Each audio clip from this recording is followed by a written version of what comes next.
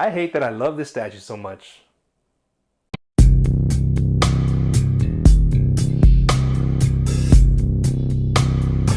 Get those wonderful toys.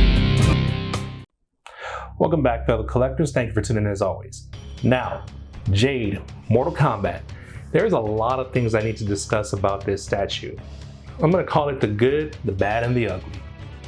So let's start off with the ugly and end in a positive note. Now, the ugly when it comes to this statue, there's nothing ugly about the statue. The story behind it though, that's the ugly part. Now, this statue is Jade from Mortal Kombat 3. Now, I'm not the one responsible for making the decisions, but personally, I would not have chosen to go with Jade from Mortal Kombat 3. So let's go ahead and dive into the rabbit hole on why this statue came to be. Now, from the female ninjas, Jade is one of three. The other two being Kitana and Mileena, as you can see them back there. But the new ones are exactly like this, except they have the different color concept. So of course, Mileena has the pink, the purple, and Kitana has the blue. Now, this is my biggest gripe.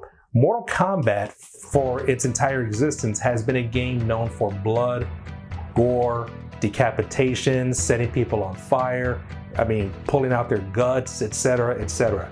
You know the history of Mortal Kombat, so you know I don't have to explain anything.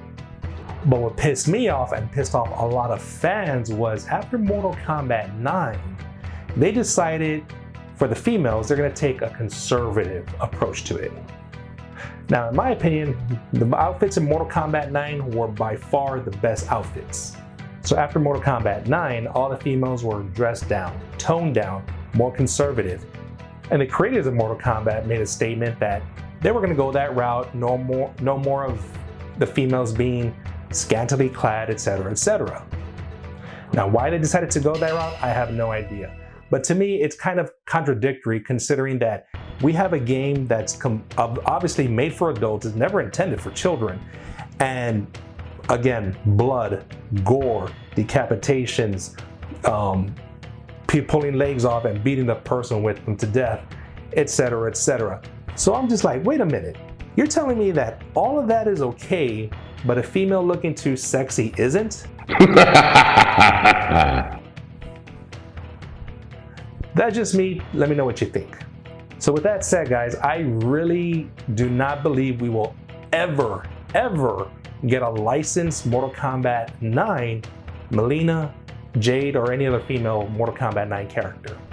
Now, just a quick side note, I do have statues of Kitana, Mileena, and Jade from their Mortal Kombat 9 outfits, but they're small scale. I believe I would have to guess maybe a 1/6 scale.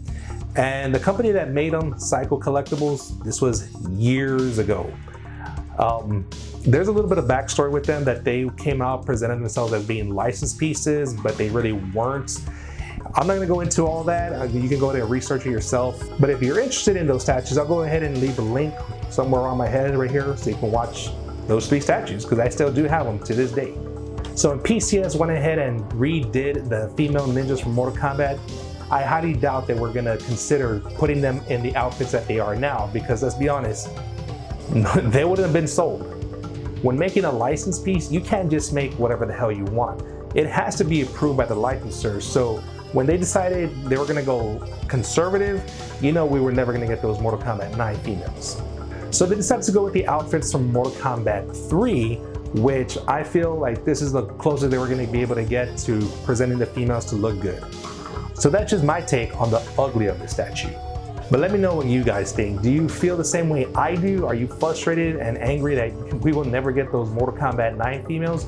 Or you could care less and you're fine with this? Let me know. Now let's move on to the bad. Now this just may be me, but I feel that her skin tone here is a little bit too dark. Now in the Mortal Kombat series, when you do see Kitana and Jade, because they are best friends, you see them interact with each other, yes, Jade is a darker tone.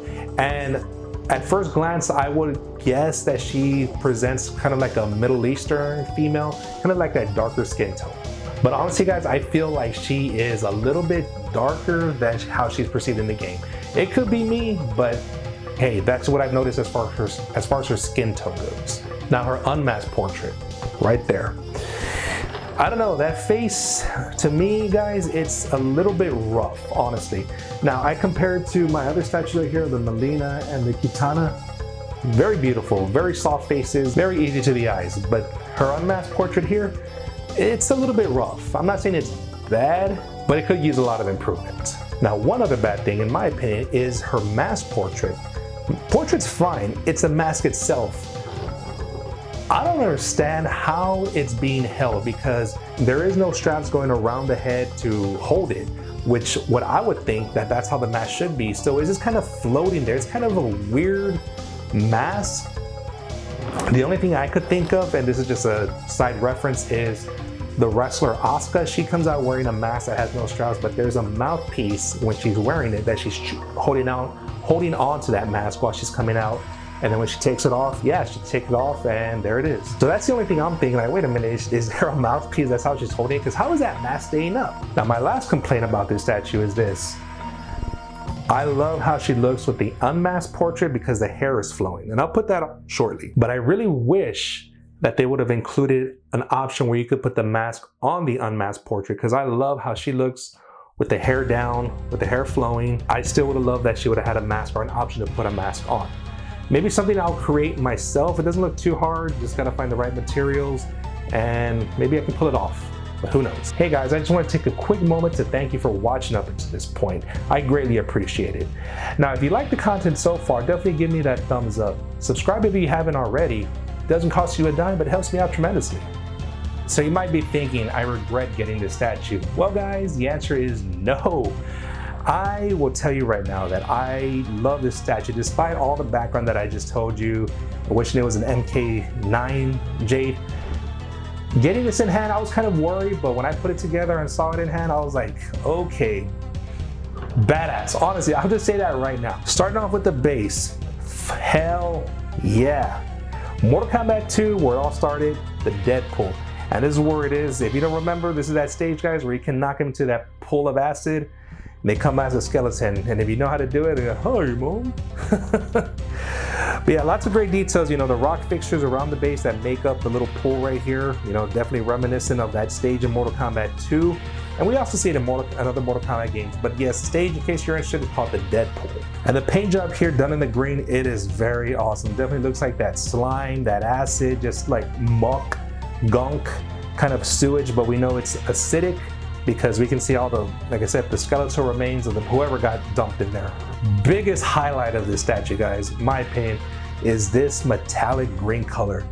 It is badass in person, and I would say if you're a Mortal Kombat fan, pick this one up if you don't have any Mortal Kombat statues. And honestly, as far as being a licensed piece, this is the only, as far as I know, only Jade statue there is. So this is the biggest reason why I picked it up. So yes, the metallic green goes throughout the outfit, on her thigh-high boots right here, her gloves, her corset right here, and then just that flat matte black. Definitely a lot of contrast here, and especially when you have a flat matte color with a metallic color, you know that metallic is just gonna be a boom, pop out right at you. The anatomy here on Jade is spot on. She's not overly muscular, but we can see that she is an athletic person. Pose is very simple, museum piece obviously, very simple, but very sexy. Now, Jade was always one of my favorite characters just because she had two specialty weapons. One, this bow staff here. Now, man, she was a freaking badass with that bow staff if you knew how to use her right. And then this, I don't know, this huge shuriken here. Now, I don't know if you can see it or not, guys, but the shuriken is actually kind of flexible. It's not flexible in real life, but in the game, you know, it kind of folds out into 3 different blades. You can tuck them in into one. Kind of like a predator weapon, honestly. But I love that they added her holding and posing with both of these weapons, one staff and this huge ass shuriken right here. Now, one thing I forgot to mention, right here in the front of her outfit, she does have a mesh underneath the laces of her outfit here to cover her up more. Now, in Mortal Kombat 3, none of the female characters wearing this outfit had that, and it was just fully exposed. Now, if you really wanted to, you could cut it, take it off to show more of that cleavage of her. And just more attention to detail, I love that they added this strap right here in the back where her outfit is laced up. You know, we do see all the laces, a small little buckle. And I really love it right here that they went ahead and added that little detail on the back of her boots here. We do see straps right here where there's buckles to hold them up, because that's something I've always considered. You know, you're in combat, you're fighting, Why are these things falling off? Now, just referencing back at my own personal preference about her being more covered up in the front, I actually prefer that. This is just my opinion, guys, but I prefer the female characters, the female statues to look sexy versus just sex, if you kind of can understand what that means. You know, even going back to her backside here, you know, it's a little bit more covered up than what we're used to seeing in the game. I appreciate that a lot. And finishing off with her portrait, I definitely love the portrait, the mask portrait specifically, because I have Kitana and Melina back here, and obviously she's gonna go with them. I just felt it would be kind of funny if she was up there with them, the only one being unmasked. Now, yes, in case you're wondering, these two do have unmasked portraits, but I've always preferred them with the mask. But let me show you what she looks like with the unmasked portrait. So there's the unmasked portrait, guys, and show you what she looks like with her hair attached. All right, there it is. Now, yeah, as you can see, that just looks badass. I love how that hair is just flowing off to the side.